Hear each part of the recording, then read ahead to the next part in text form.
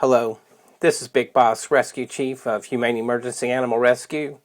Welcome to our series, Animal Rescue Postmortem, where we analyze the good, the bad, and the ugly of animal rescues throughout the world. Welcome back. Volume 8, video number 22. We have a dog that is down in a deep hole that's been dug by an excavator, and they use the excavator to get it out. Look, I'm never sure whether this type of video specifically, where there's been, I think, a couple of these in the Postmortem series, and I'm never sure if these aren't staged.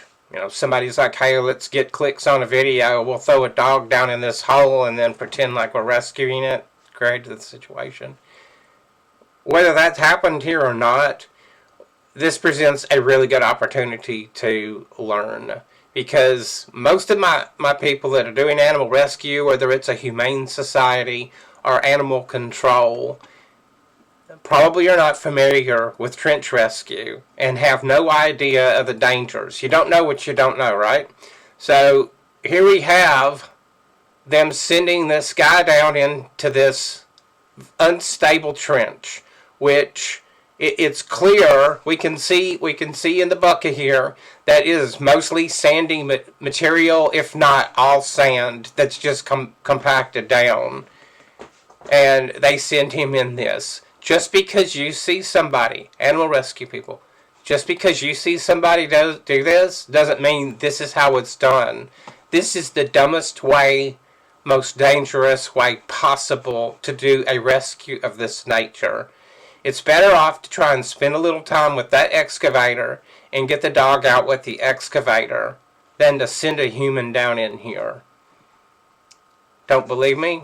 Okay. I'm going to share with you my experience in human rescue. My human rescue experience with trench collapses are every single run that I can remember going on. Everyone died that was in the trench.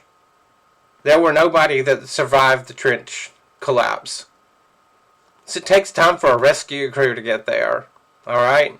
And it's very, very likely what will happen is you'll exhale to take your next breath in, and the weight of the material will collapse in around you and fill up the void that was there by your distended abdomen, and now it'll fill in that space and you won't be able to take in a breath, and, well, you suffocate and die. Human rescue people know exactly what needs to happen before anybody gets sent down into this type of incident. So I'm going to stop this here for a moment. All right, I'm back with the actual viewer that you can see the highlighted pointer on. I want you to look right here where this pointer is following.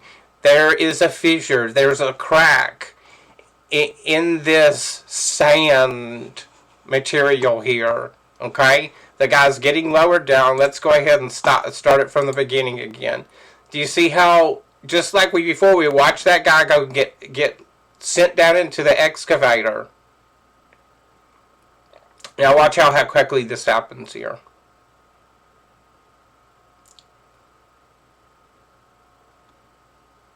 Okay, so we don't get to see how much more rubble gets put on top of this person here again. But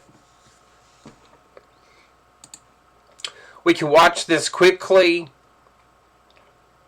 go from bad to worst case scenario. Now he's getting buried alive. We don't know. Here's the thing. This is all unstable here. All of this around here is unstable. It could keep collapsing in and no one be able to get down in there. For human rescue, when we encounter a collapse like this, we use trench collapse shoring that takes time to build, because I'm not, and neither is anybody else in their right mind who has the proper training and certifications, gonna come down in this hole that has the potential to do this and keep collapsing. Nobody's going to do that to rescue somebody who's most likely going to be dead before we arrive on the scene. So why am I telling you this? You don't want to be this guy right here. You don't want to be the dead guy. And I'm specifically talking to animal rescue people because I know of very few people in the animal rescue field, the animal rescue first responders who know anything about this here. Alright?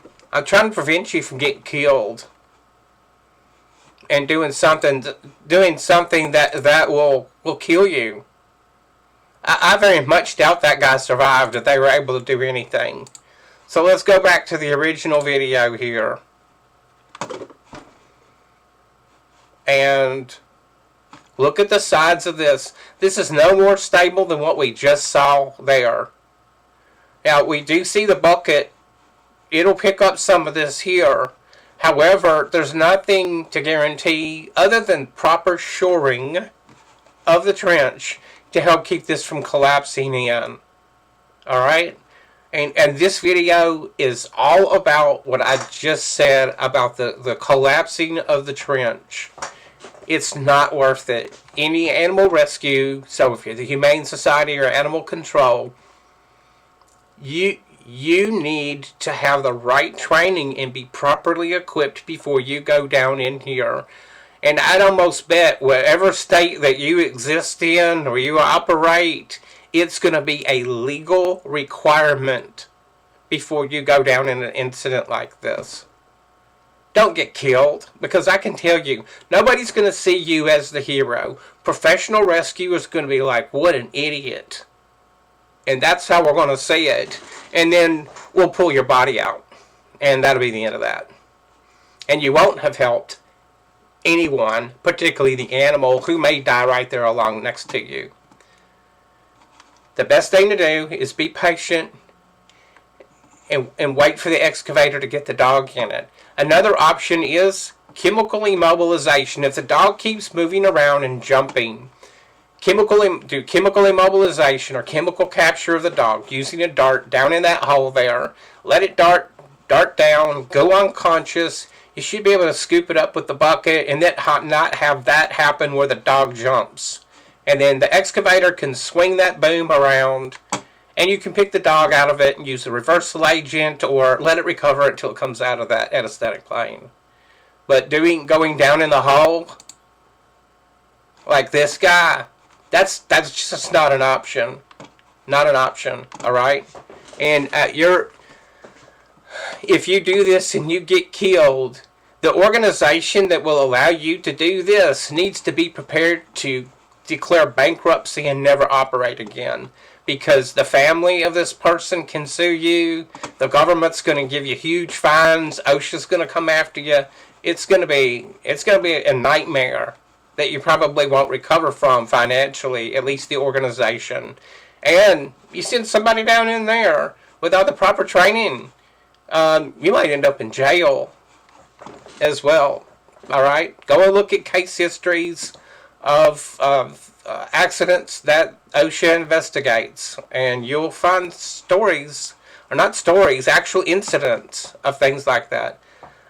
Okay, so we're going to give these guys a 1 star because they sent a human down in a very unstable situation here to do this rescue. It's much too dangerous to do that. But they got the dog out, and surprisingly, this didn't collapse.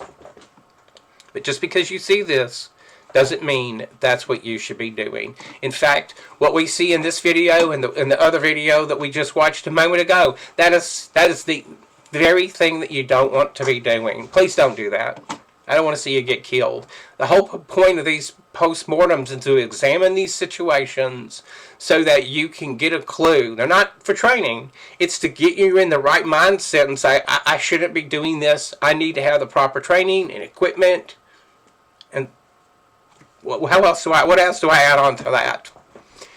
Alright, go to the YouTube channel if you're not there already. Make sure you subscribe. It's absolutely free. Like and share the video. If you liked the video, leave a comment down below. Let us know what you think. Whatever. Just comment down below. Interact with the video. And then go to the website. Check it out over there. It's a secret what's on the website. There's only one way for you to find out what's over there. And got to go there and find out and start clicking around, okay? Alright, that's it. We'll see you in the next video.